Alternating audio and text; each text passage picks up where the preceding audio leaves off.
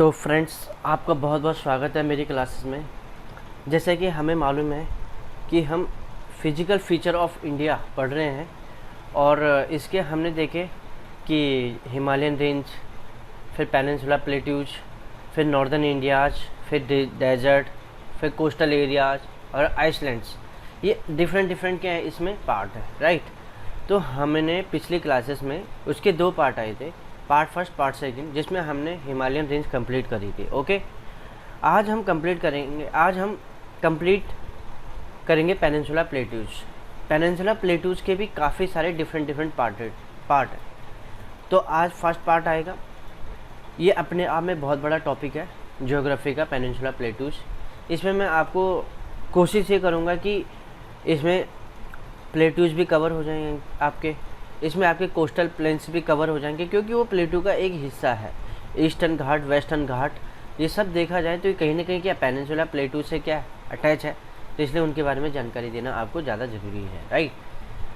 तो दोस्तों तैयार हो जाइए, आज आपकी नई क्लासेस पेनिनसुला प्लेटू के साथ, राइट। ये क्लास 9th का चैप्टर नंबर 2 का टॉपिक है, ज्योग्राफी का है। इसे बड़ी मेहनत के साथ, जैसे आपको बताता हूँ, तैयार किया हुआ है रिसर्च एंड डेवलपमेंट के साथ। मेरा नाम है सचिन राणा। चलिए शुरू करें, राइट।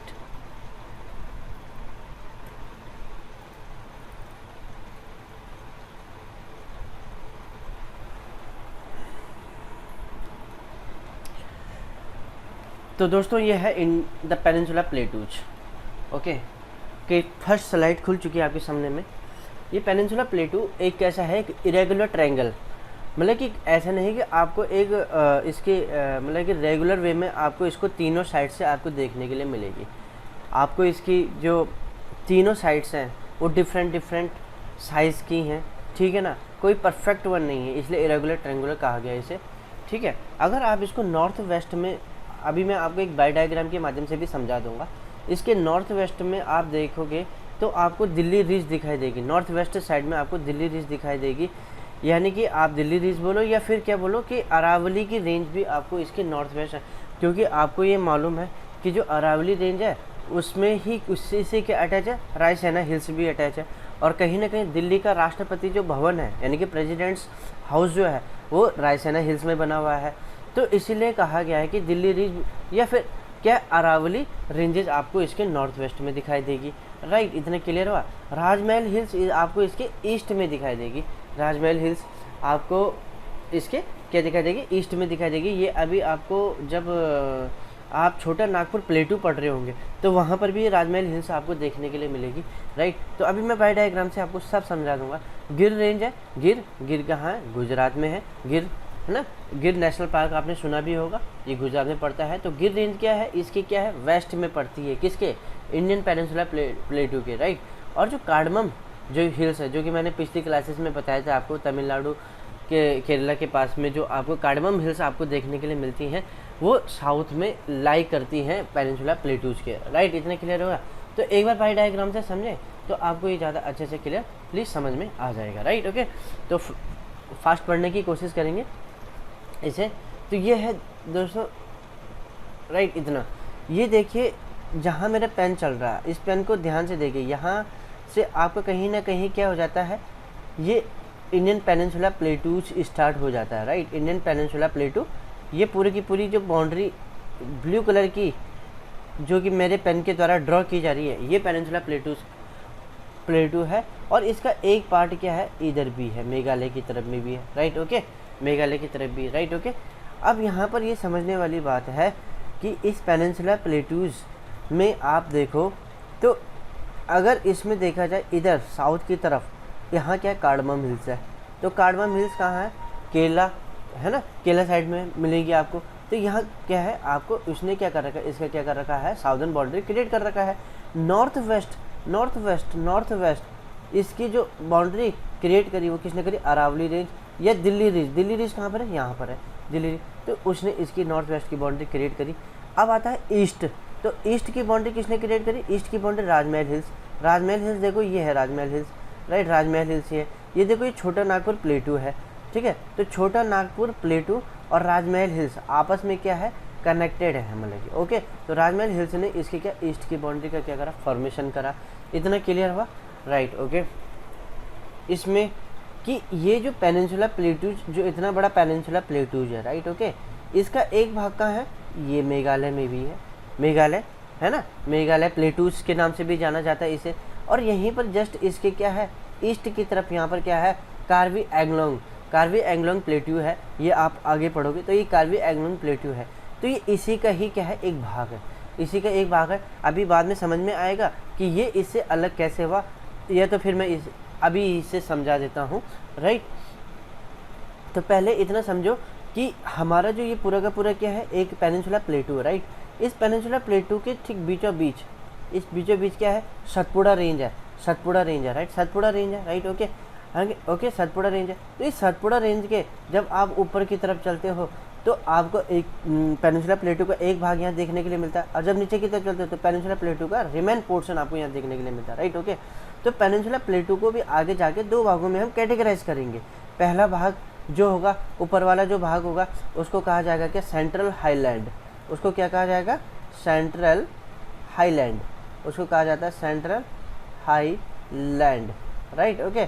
और जो नीचे वाला भाग होता है उसे कहा जाता है क्या, डेक्कन प्लेटू, उसे कहा जाता है क्या, डेक्कन प्लेटू, डेक्कन प्लेटू कहा जाता है उसे, इतना क्लियर होना चाहिए, उसे कहा जाता है डेक्कन प्लेटू। अब जो ये सेंट्रल हाईलैंड है दोस्तों, जो ऊपर का जो पोर्शन है, ये जो ऊपर का जो ये पोर्शन है, सेंट्रल हाईलैंड का पोर्शन है, इस सेंट्रल हाईलैंड में आपको देखने के लिए मिलेगा मालवा प्लेटू, है ना, बुंदेलखंड प्लेटू, बघेलखंड प्लेटू, मारवाड़ प्लेटू, है ना, सेंट्रल हाईलैंड यानी मध्य भारत का पठार, मिड इंडियन है ना प्लेटूज, ये भी आपको क्या दिखाई देगा, इसमें आपको देखने के लिए मिलेगा इसमें, राइट ओके। वहीं आप जब डेक्कन प्लेटू में नज़र मारोगे, यानी कि नीचे की तरफ जब आप नज़र मारोगे, ठीक है, तो आपको यहाँ पर क्या दिखाई देगा, महाराष्ट्र प्लेटू, कर्नाटका प्लेटू, तेलंगाना प्लेटू, दंडकारण्य प्लेटू और छत्तीसगढ़ प्लेन भी आपको इसमें देखने के लिए मिलेगा। और बाकी आपको बता दें, पेनिनसुला प्लेटू का एक भाग क्या है, इधर मेघालय और कार्बी एंग्लोंग, मेघालय एंड कार्बी एंग्लोंग प्लेटू भी क्या है, पेनिनसुला प्लेटू का एक भाग है, ओके राइट। अब क्वेश्चन आता है कि ये भाग इससे इतना दूर कैसे चले गया, राइट ओके। आपको ये मालूम है कि जब हमारा ये थी आपकी क्या, यूरेशियन प्लेट और हमारी इंडियन कॉन्टिनेंट प्लेट, ये थी, ये जब क्या हो रही थी, नॉर्थ की तरफ मूव करती जा रही थी, तो यूरेशियन प्लेट से जाके टकराई, यूरेशियन प्लेट से जब जाके टकराई तो ये जो पोर्शन था, मतलब कि वेस्ट बंगाल साइड का जो पोर्शन है, वेस्ट बंगाल साइड का जो पोर्शन है, राइट, वेस्ट बंगाल साइड का जो पोर्शन है, ये पोर्शन क्या हो गया, नीचे की तरफ क्या हो गया, धंस गया, ठीक है। इस टकराहट के कारण क्या हो गया, ये धंस गया, और ये धंसने से क्या हुआ कि इनके बीच में क्या आ गया, अंतर आ गया, डिफरेंस आ गया, मेघालय प्लेटूज और जो यहाँ पर आपका छोटा नागपुर प्लेटूज, राइट, इनके बीच में क्या आ गया, एक डिफरेंस आ गया, डिफरेंस दूरी का डिफरेंस आ गया, राइट। और जो ये बीच वाला जो पोर्शन था, जिससे आगे जाके इन्होंने एक नाम दिया, इसका नाम पड़ा मालदा फॉल्ट, राइट, इसका नाम पड़ा मालदा फॉल्ट। इस मालदा फॉल्ट को क्या हुआ, इसमें बाद में क्या हुआ, जो गंगा और यमुना जो कि आपकी इस तरीके से निकलती हैं और यहाँ चलती हैं, यमुना इसी तरीके से यहाँ से निकलती हुई ऐसे करके चलती, उन्होंने सेडिमेंट लेके आए, उस सेडिमेंट लेके आए और इस क्षेत्र को पूरा का पूरा सेडिमेंट से क्या कर लिया, फिल कर दिया, और ये क्या हो गया, एक रहने लायक योग्य क्या हो गया, प्लेसेस की उस कैटेगरी में आ गया, राइट। तो आपको कभी कहा जाएगा कि मेघालय प्लेट्यूज और जो आपका कार्बी एंग्लोंग प्लेट्यू है वो किसका पार्ट है, पेनिनसुला प्लेट्यूज का ही क्या है, एक पार्ट है, राइट ओके। तो इतना क्लियर हो, ठीक। हम आगे इसके बारे में अभी और डिटेल से पढ़ेंगे, राइट।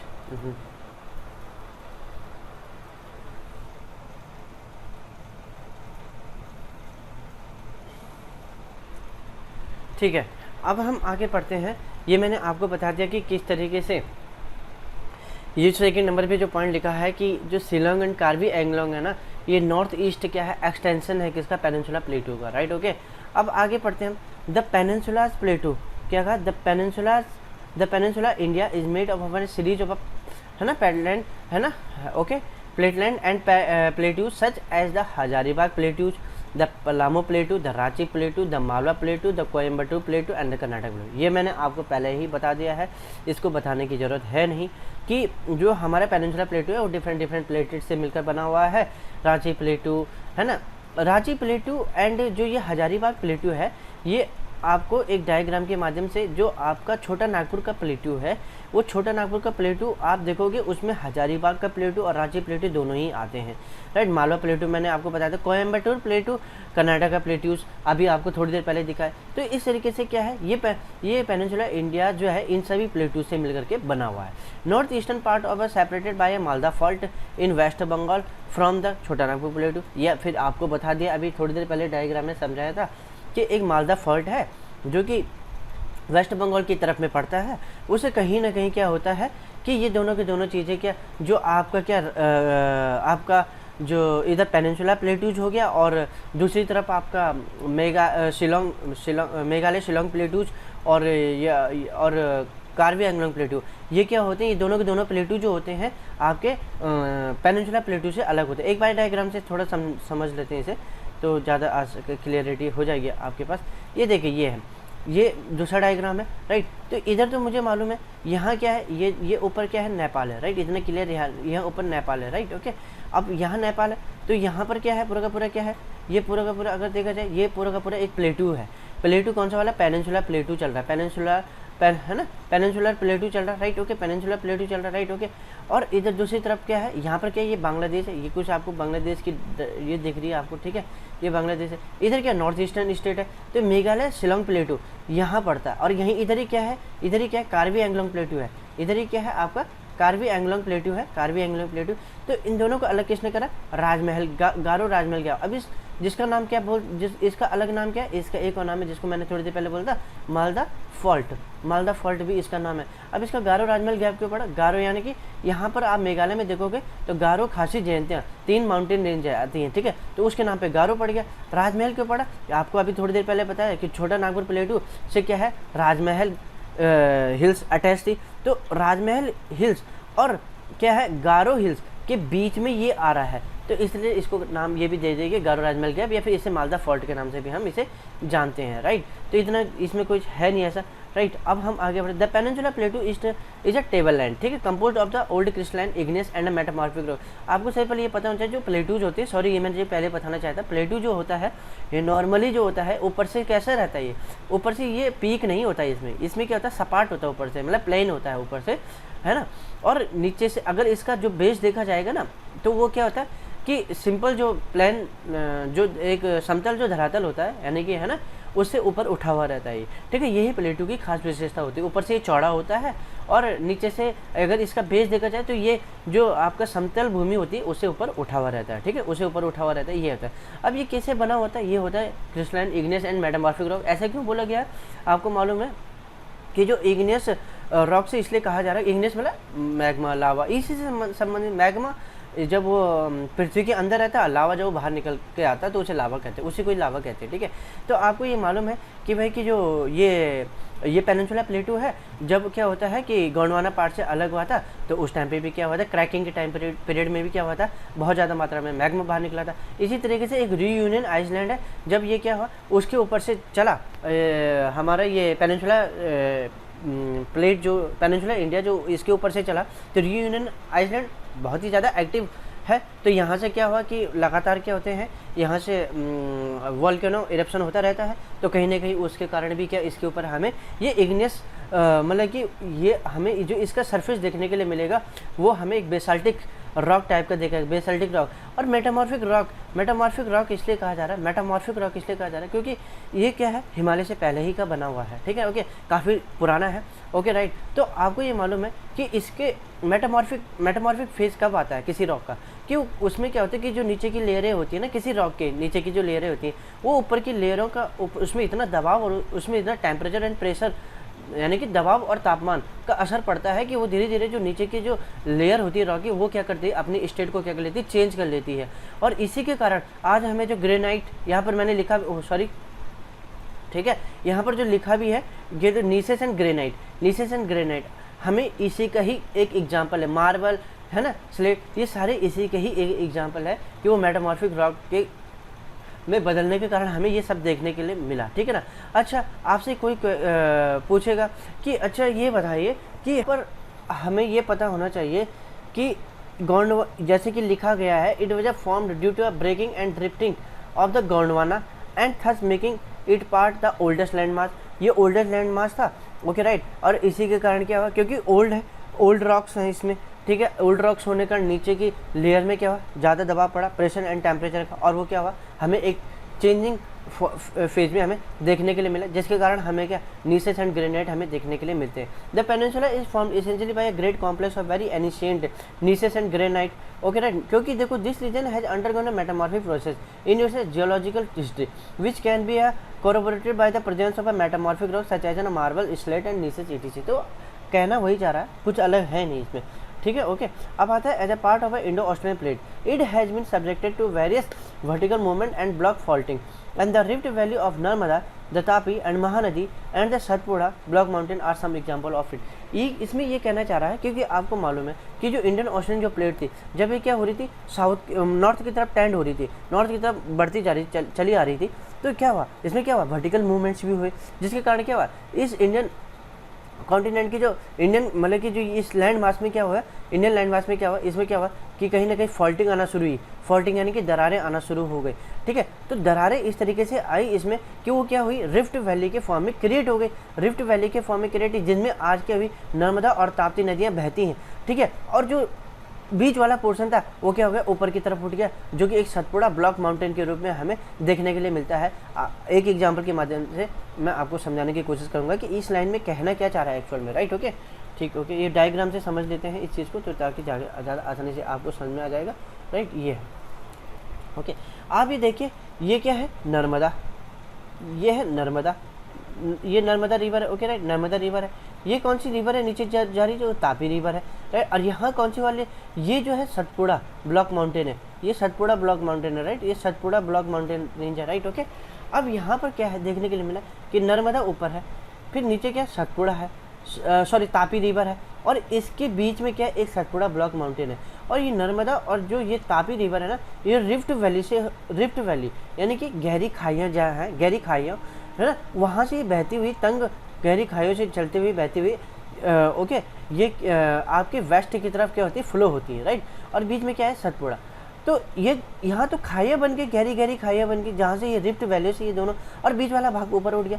तो ये था क्या, ये एक एक्चुअल में ये एक कारण आप कह भी सकते हो कि ब्लॉक माउंटेन इसी तरीके से बनते हैं, ठीक है ना। तो जो आपका सतपुड़ा ब्लॉक माउंटेन जो बना हुआ है, सतपुड़ा ब्लॉक माउंटेन बना, इसमें क्या हुआ कि पहले क्या था कि यहाँ पर जब हमारा जो इंडियन ओशन प्लेट थी, जब वो क्या हो रही थी, नॉर्थ की तरफ मूव कर रही थी, तो उसमें वर्टिकल मूवमेंट्स आने शुरू हुए, और उसमें कहीं ना कहीं क्या फॉल्टिंग शुरू हुई। वो फॉल्टिंग इतनी गहरी थी, वो फॉल्टिंग इतनी गहरी थी कि आज की डेट में हमें वो क्या दिखाई देती हैं, गहरी खाइयों के रूप में दिखाई देती हैं, जहाँ पर से क्या होती, नर्मदा और तापी जैसी नदियाँ बहती हैं। तो उसने क्या करा, बदले में क्या करा, वो जो बीच का जो पोर्शन था उसको ऊपर उठा दिया। ऊपर उठाने से क्या हुआ, उसमें क्या हुआ कि वो एक आज माउंटेन के फॉर्म में हमें क्रिएशन देखने के लिए मिली। वो माउंटेन जो फॉर्म है उसी को कहा गया सतपुड़ा ब्लॉक माउंटेन, ठीक है ना। तो ब्लॉक माउंटेन का फॉर्मेशन इसी तरीके से होता है कि उसमें क्या होती है, वो फॉल्टिंग्स क्या होती है, बाद में क्या होती है, खाइयों के रूप में क्या होती है, कन्वर्ट हो जाती है, और बीच वाला पोर्शन ऊपर उठ जाता है, और यही क्या है सतपुड़ा ब्लॉक माउंटेन बनने का एक कारण भी है, राइट, ओके। तो ये इसमें यही चीज़ समझाने के लिए थी। अब आता है पेनिनसुला प्लेट्यूज के डिवीजन जब इन्होंने करना शुरू करा, तो इन्होंने, मैंने आपको ये पहले बताया था कि क्या central highland and Deccan plateau, दो भागों में से तोड़ा, central highland and Deccan plateau, right. तो the central highland and Deccan plateau, central highland क्या था, the part of the peninsula plateau ना, जो कि आपको बताया गया है lying to the north of the Narmada river. मैं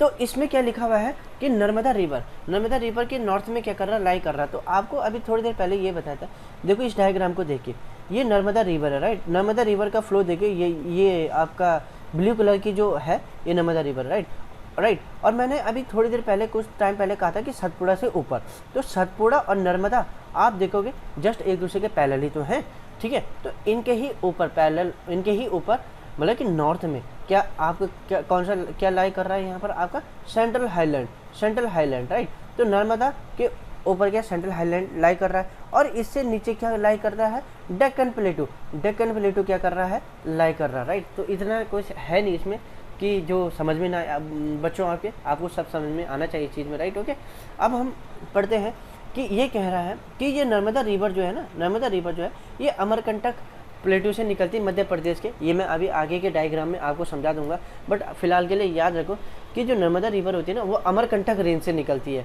मध्य प्रदेश में अमरकंटक रेंज है, वहाँ पर से क्या होती है ये अमरकंटक रेंज किसमें मालूम है? सतपुड़ा जो माउंटेन रेंज है ना उसमें ये आपको अमरकंटक रेंज दिखाई देगी। सतपुड़ा जो रेंज है, सतपुड़ा ब्लॉक माउंटेन जो रेंज है ना वो उसमें आपको ईस्ट की तरफ आपको अमरकंटक रेंज दिखाई देगी, जहाँ से आपकी क्या ये नर्मदा रिवर निकलती है, राइट। ओके, और साथ में ही जो ये सेंट्रल हाईलैंड है, ये जो सेंट्रल हाईलैंड इसमें मालवा प्लेट्यूज का अधिकतर भाग आता है।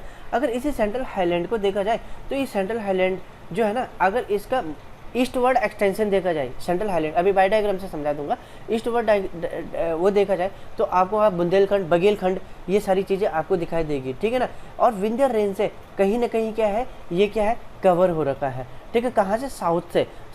अगर आप इसको साउथ से देखोगे तो ये विंध्य रेंज से कवर है, वहीं आप इसको क्या देखोगे, नॉर्थ वेस्ट से देखोगे तो ये अरावली से क्या कवर है, राइट। तो हम एक डायग्राम से हम इसे समझेंगे और आपको इससे ज़्यादा क्लियरिटी समझ में आ जाएगी, राइट। ओके, ये देखिए, राइट, आप ये देखिए, ये आपका क्या है, सेंट्रल हाईलैंड है, राइट। ये जो है ये सेंट्रल हाईलैंड है, ये सेंट्रल हाईलैंड है, राइट। ओके, इससे ऊपर सेंट्रल हाईलैंड है पूरा का पूरा, राइट। ओके, अब ये सेंट्रल हाईलैंड को देखो, ये नॉर्थ वेस्ट में देखो तो ये अरावली रेंज आपको देखने के लिए मिलेगी। अगर आप इसके साउथ में चले जाओ, यानी कि नीचे की तरफ चले जाओ, तो आपको यहाँ पर क्या दिखाई देगी, एक विंध्य रेंज दिखाई दे रही है ना, विंध्य रेंज, ये विंध्य रेंज, तो विंध्य रेंज इसके साउथ में इसको कवर कर रही है, राइट। अब इसको विंध्य रेंज कवर करिए, राइट। अगर आप इसको ईस्ट की तरफ आप इसके बढ़ेंगे, ईस्ट की तरफ मतलब इधर की तरफ, ईस्ट की तरफ, तो आपको यहाँ पर क्या दिखाई देगा, बुंदेलखंड, बघेलखंड, यानी कि बघेलखंड देखो ये है, ये जो आपको डार्क ब्लैक कलर दिखाई दे रहा है ना, ये बघेलखंड है, बुंदेलखंड। और ज़्यादा ईस्टवर्ड एक्सटेंशन करोगे तो आपको क्या दिखाई देगा, छोटा नागपुर प्लेटू भी इसका ही ईस्टवर्ड एक्सटेंशन आपको दिखाई देगा, ठीक है। तो इस तरीके से हमने इस सेंट्रल हाईलैंड के बारे में थोड़ा हल्का सा एक ब्रीफ आइडिया लिया, राइट। ओके, ओके, अब यहाँ पर देखो ये कहना चाह रहा है, the flow of the river drainage this region namely the Chambal, the Sindh, the Betwa and the Ken is from south west to north east, south west thus indicating the slope. बहुत ही अच्छी बात है, ये समझ में आना जरूरी है कि जो सेंट्रल हाईलैंड है ना मेरे पास, सेंट्रल हाईलैंड का हमें स्लोप भी तो पता होना चाहिए कि सेंट्रल हाईलैंड कैसा है, ठीक है। तो ये सेंट्रल हाईलैंड जो है देखो यहाँ पर ये क्या है, नॉर्थ है, राइट। ये क्या है, ईस्ट है, ये क्या है, वेस्ट है, और ये क्या है, साउथ है। तो इसमें जो नदियाँ बहती हैं ना सेंट्रल हाईलैंड में, ये साउथ वेस्ट से और कहाँ की तरफ, नॉर्थ ईस्ट की तरफ बहती है, मतलब साउथ वेस्ट, ये साउथ वेस्ट डायरेक्शन है ना, साउथ एंड वेस्ट के बीच में साउथ वेस्ट आएगा, नॉर्थ एंड ईस्ट के बीच में क्या आएगा, नॉर्थ ईस्ट आएगा, ठीक है। तो साउथ वेस्ट से शुरू होती है और नॉर्थ ईस्ट की तरफ चली जाती है। तो इसके एग्जाम्पल के लिए इन्होंने क्या कहा, जो ये चंबल रिवर है, ये इसी सेंट्रल हाईलैंड में बहती है। ये बेतवा जो रिवर है, राइट, और ये जो केन रिवर है, इनकी डायरेक्शन देखिए कि ये डायरेक्शन कैसी है, साउथ वेस्ट से नॉर्थ ईस्ट की तरफ है। तो इस तरीके से क्या सेंट्रल हाईलैंड का क्या निकला कि एक स्लोप ये निकला कि ये जो स्लोप है ना इसका south west to north east, इसकी क्या है, एक क्या है, स्लोप है, राइट। ओके, इतना क्लियर हो गया। The central highland are wider in the west but narrow in the east, ठीक है, वाइडर है किधर की तरफ, वेस्ट की तरफ, but narrow in the east. The eastward extension of this plateau are locally known as ना बुंदेलखंड एंड बघेलखंड। ये मैंने आपको बता दिया, अगर आप इसको ईस्टवर्ड एक्सटेंशन करोगे तो आपको दिखाई देगा कि ये इसी के ही भाग है, बुंदेलखंड, बघेलखंड। बस आपको इतना याद रखना, जो सेंट्रल हाईलैंड है ना इसको अलग अलग जगह अलग अलग नाम से जाना जाता है। जैसे कहीं पे इसको मालवा प्लेटू कहते हैं, कहीं पे इसको बुंदेलखंड कहते हैं, कहीं इसे बघेलखंड कहते हैं, कहीं इसे छोटा नागपुर प्लेटू कहते हैं। तो इसके अलग अलग, the Chota Nagpur प्लेटू mark the further eastward extension drained by the Damodar river. तो दामोदर रिवर के द्वारा क्या कर लिया जाता है, इसे क्या कर लिया जाता है, इसे मतलब इसके ऊपर फ्लो होती, सिंचित किया जाता है, मैं ऐसे करके हिंदी में एक प्योर, लेकिन इसके ऊपर दामोदर रिवर क्या होती है, बहती है। ये आपको ज़्यादा क्लैरिटी इसकी पता होनी चाहिए, ठीक है। ये देखो, ये है, राइट, ये है छोटा नागपुर प्लेटू। तो छोटा नागपुर प्लेटू, ये मैं इसकी एक बाउंड्री डिसाइड कर दे रहा हूँ, ये छोटा नागपुर प्लेटू, राइट। ओके, ये छोटा नागपुर प्लेटू है, राइट, ये छोटा नागपुर प्लेटू, राइट। ओके, अब आप देखोगे ये जो ब्लैक है ना, ब्लैक, ब्लैक की जो ये आपकी क्या है दामोदर रिवर है। दामोदर रिवर जस्ट इसके क्या होती है, इसके सरफेस के ऊपर से फ्लो होती है, राइट। अब इसमें क्या हजारीबाग प्लेटू, हजारीबाग प्लेटू क्या है, इसके क्या नॉर्थ में लाई कर रहा है, हजारीबाग प्लेटू ये है, राइट। और वहीं रांची प्लेटू क्या है साउथ में लाई कर रहा है, किसके, दामोदर नदी के, दामोदर, राइट। और वहीं देखो राजमहल जो हिल्स है, राजमहल हिल्स है, राइट, ओके। तो ये कहाँ लाई करी, नॉर्थ ईस्ट में लाई करी, किसके, छोटा नागपुर प्लेटू, छोटा नागपुर प्लेटू के क्या है नॉर्थ ईस्ट में क्या कर रही है, नॉर्थ ईस्ट में क्या राजमहल हिल्स क्या कर रही है, लाई कर रही है। तो छोटा Nagpur प्लेटू is a combination of है ना Hazaribagh प्लेटू, Ranchi प्लेटू and Rajmahal hills is lie in the north east direction of the Chota Nagpur प्लेटू, right, okay. तो इतना क्लियर हुआ, ओके, ओके। अब हम this region has an undergone a metamorphic process in its geological history, जैसे कि आपको मैंने पहले बता दिया है कि सेंट्रल हाईलैंड हो या है ना, ये ज़्यादातर क्या है कि अपना इसमें आपको ग्रेनाइट, एंडीसेस, मार्बल्स, ये सब कुछ आपको देखने के लिए मिलेंगे। ये कहाँ से मिले, ये मिले हमें मेटामॉर्फिक प्रोसेस हुई इसमें मतलब रॉक्स थी, ठीक है, ओल्ड रॉक्स थी, वो क्या हुई, इनकी नीचे की लेयरें की मेटामॉर्फिक फेज में आई, वो चेंज हुई और आज हमें ये सब कुछ देखने के लिए मिलता है। अब हम अरावली रेंजेस के बारे में पढ़ लेते हैं। इसके बाद अगली क्लासेस में मैं आपको लेके आऊँगा विंध्या रेंज, सतपुड़ा रेंज, ये सारी रेंजेस लेके आऊँगा, ठीक है। पहले अरावली रेंज भी कहीं ना कहीं क्या है सेंट्रल हाईलैंड को क्या कर रही है, ठीक है। तो अरावली रेंज के बारे में आ जाओ, तो ये जो अरावली रेंज है ना, ये क्या ओल्ड फोल्डेस्ट माउंटेन रेंज है। नाउ यंग वन इज ना हिमालय रेंज, बिल्कुल ये आपको मालूम है एक रेजिडुअल माउंटेन रेंज भी है, लेकिन ये साथ में क्या एक ओल्ड फोल्डेस्ट माउंटेन रेंज है। फोल्डेस्ट आपको ये मालूम है हिमालय तो है ही फोल्डेस्ट माउंटेन, लेकिन वो यंग फोल्डेस्ट माउंटेन रेंज है, ठीक है। वहीं अरावली क्या है एक ओल्ड फोल्डेस्ट माउंटेन रेंज है। दूसरी चीज़ ये क्या है एक रेजिडुअल माउंटेन है। रेजिडुअल माउंटेन कहने का क्या मतलब कि समय के साथ क्या हुआ, टेम्परेचर, विंड, इन सभी का इसमें असर पड़ा, ठीक है। और ये कहीं ना कहीं क्या हुआ कि इरोड होती गई, है ना, रेनफॉल्स का, है ना, तो ये कहीं ना कहीं क्या इरोड होती गई और फाइनली ये आज हमें डिके की स्थिति में दिखाई देती है, पूरी एक डिके की फॉर्म में हमें ये दिखाई देती है। डिके मतलब खत्म होने के आकार में, इस तरीके से हम कह सकते हैं। It is the oldest mountain range in India, right, oldest mountain range है। It was formed in the Precambrian period. आपसे ये पूछा जा सकता है कि अरावली रेंज का इसका फॉर्मेशन हुआ, तो इसका फॉर्मेशन प्री कैम्ब्रियन पीरियड में हुआ था, right. It is located in north west direction, ऐसा कुछ इसमें है नहीं कि ये नॉर्थ वेस्ट डायरेक्शन में लाई करती है, राइट। इसमें एक बार मैं डायग्राम से आपको समझा दूँ तो वो ज़्यादा आसानी से आपको समझ में आ जाएगी, राइट, ओके। तो ये है, देखो ये पूरा इंडिया है, राइट, ओके, ये पूरा का पूरा क्या है इंडिया है, राइट। ये तो आप भी देखोगे इंडिया का क्या है नॉर्थ वेस्ट डायरेक्शन, ये है नॉर्थ वेस्ट। इंडिया के नॉर्थ में क्या है कश्मीर है और वेस्ट में क्या है वेस्ट, राइट, वेस्ट में आप देखोगे तो यहाँ गुजरात हो गया, ठीक है। तो नॉर्थ वेस्ट में क्या है आपकी, ये आपकी एक तरीके से अरावली रेंज है। इसको मैं बाय डायग्राम जूम से देख लो तो ये अरावली रेंज है, ये क्या है अरावली रेंज है, राइट। ये कौन सी अरावली रेंज है, राइट, ओके। ये मेरे जहाँ पॉइंटर चल रहा है ये अरावली। इसके सबसे ज़्यादा जो हाइस्ट पीक है वो कौन सी, गुरु शिखर, ये कौन सी है गुरु शिखर है, गुरु शिखर, राइट, ये गुरु शिखर, ओके। इतना क्लियर समझ में आए। This range spread from Gujarat to Delhi. अच्छा, अब यहाँ पर क्या है ये गुजरात से Delhi and their length is around 670 kilometre, 670 kilometre range है इसकी। और ये गुजरात से दिल्ली, ये मेनली क्या है 4 स्टेट्स में फैली है, जैसे गुजरात, राजस्थान, हरियाणा और दिल्ली, इन 4 स्टेट में फैली हुई है, ठीक है। गुरु शिखर इसकी क्या हाईएस्ट पीक है, इन्हें याद रखना। और इसी के पास में क्या माउंट आबू है, जहाँ पर क्या दिलवाड़ा का जैन मंदिर, ये बहुत बार क्वेश्चन पेपर में आया हुआ है कि माउंट आबू ये आपके क्या अरावली रेंज में पड़ता है और इसी के पास में क्या दिलवाड़ा का जैन मंदिर भी लोकेट करता है, राइट। इतने क्लियर हुआ। तो इसको बाय डायग्राम से हम समझेंगे तो आपको ज़्यादा आसानी से ये चीज़ समझ में आ जाएगी, राइट, ओके। तो ये देखिए यहाँ पर थोड़ा सा डायग्राम बड़ा कर लूँ, ये ठीक है। तो आप ये चीज़ देखिए यहाँ पर, ये गुजरात से शुरू हुई, राजस्थान को गई, हरियाणा को गई और लास्ट में दिल्ली रीच है ना, जहाँ पर मैं दिल्ली जिसमें रायसेना हिल्स यहीं पर लोकेट है, गुजरात, राजस्थान, हरियाणा और दिल्ली, राइट, ओके। तो इसने क्या करा, ये इस तरीके से ये क्या हुई, ये यहाँ पर इसका एक्सटेंशन आपको देखने के लिए मिल रहा है, 4 स्टेट को कनेक्ट करते हुए जा रही है। ये जो अरावली जो रेंज है, राइट, ये कहीं ना कहीं अगर स्पेशली राजस्थान को देखा जाए तो राजस्थान को 2 भागों में बांटते, एक ये वाला पोर्शन है, एक ये वाला पोर्शन है। ईस्टर्न राजस्थान, सॉरी ये वेस्टर्न राजस्थान है, ईस्टर्न राजस्थान है, वेस्टर्न राजस्थान, ईस्टर्न राजस्थान, इस तरीके से इसने क्या कर लिया 2 अलग अलग भागों में से बांट दिया। यह वेस्टर्न राजस्थान में आप देखोगे ना, यह वेस्टर्न राजस्थान में आप देखोगे तो यहाँ पर क्या पूरा ज़्यादातर आपको क्या दिखाई देगा, थार डेजर्ट आपको दिखाई देगा, थार डेजर्ट यहीं दिखाई देगा। ईस्टर्न राजस्थान जहाँ पर क्या है, जहाँ पर आपको दिखाई देगी पॉपुलेशन डेंसिटी ठीक ठाक है, अच्छी खासी यहाँ पर, ठीक है। इधर ही आप दूसरी चीज़ें देखोगे, okay. This range separate eastern Rajasthan from western Rajasthan, ये आपको बता दिया कि भाई कि सेपरेट करता है क्या, ईस्टर्न राजस्थान को वेस्टर्न राजस्थान से, अरावली जो रेंज है। And the Aravalli range protected Rajasthan from the effect of westerlies wind coming from central Asia. ये आपको बता दें नहीं, इसको अभी ये मैं अभी आपको एक बाई डायग्राम से समझाता हूँ। The Aravalli range protect Rajasthan from effect of westerlies wind coming from a central Asia, right. तो ये चीज़ देखो यहाँ पर कि सेंट्रल एशिया इधर की तरफ पड़ रहा है, राइट। इसको एक बार डायग्राम बड़ा कर लेता हूँ ताकि आपको ज़्यादा अच्छे से समझ में आ जाए, राइट। हाँ, तो ये सेंट्रल एशिया से जितनी भी क्या वेस्टर्लीज विंड आ रही हैं, ये क्या कर रही है, अरावली जो रेंज इस तरीके से फैली हुई है, राइट, ओके।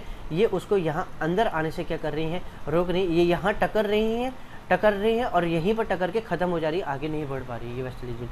तो ये अरावली रेंज ने कहीं ना कहीं इस चीज़ के मामले में प्रोटेक्ट किया है, ठीक है, ओके। फिर कहा इसने लूनी और Sabarmati river originated from this range. आपको ये पता होना चाहिए क्या, लूनी रिवर और साबरमती रिवर, ये दोनों की दोनों रिवर क्या होती हैं, आपकी जो अरावली रेंज से क्या होती है, निकलती है, राइट, ओके।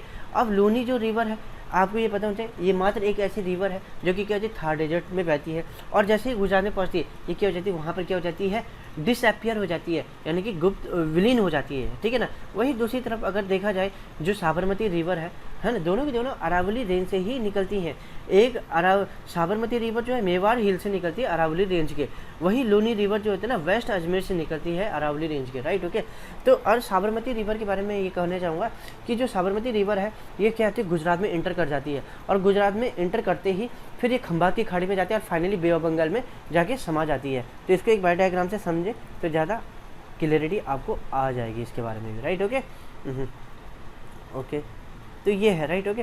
तो अब यहाँ पर देखिए, ये क्या है, कौन सी रिवर है, ये लूनी रिवर है, ये लूनी रिवर दिख रही है, ये कहीं ना कहीं अरावली रेंज से निकल रही है, और ये जैसे गुजरात में पहुँची, ये गुजरात की बाउंड्री है, राइट। तो जैसे गुजरात में पहुँची, ये क्या होगी, डिसअपियर हो गया, बस इसको यहीं तक ही आना था, राइट। वहीं अगर ये देखो साबरमती रिवर ये है, राइट। तो ये साबरमती रिवर क्या हुई, ये भी अरावली रेंज से निकली, लेकिन ये फाइनली क्या खंबात की खाड़ी में पहुंची और फाइनली क्या हो गई, बे ऑफ बंगाल में जाके गिर गई। तो इस तरीके से इन दोनों रिवर के बारे में आपको पता होना चाहिए, ठीक है। अब आता है राष्ट्रपति भवन, विच house the president of India, ठीक है, is located on Raisena hills in new Delhi. Raisena hills is also part of this range. तो रायसेना हिल्स क्या है, इसी रेंज का क्या एक इंपॉर्टेंट पार्ट है, आपको ये पता होना चाहिए, और इसी में ही क्या है, राष्ट्रपति भवन बनाया गया है। तो आज की वीडियो को मैं यहीं पर ही एंड करना चाहूँगा, राइट। तो आई होप आपने इस चीज़ को अच्छे से समझा होगा। Thank you so much.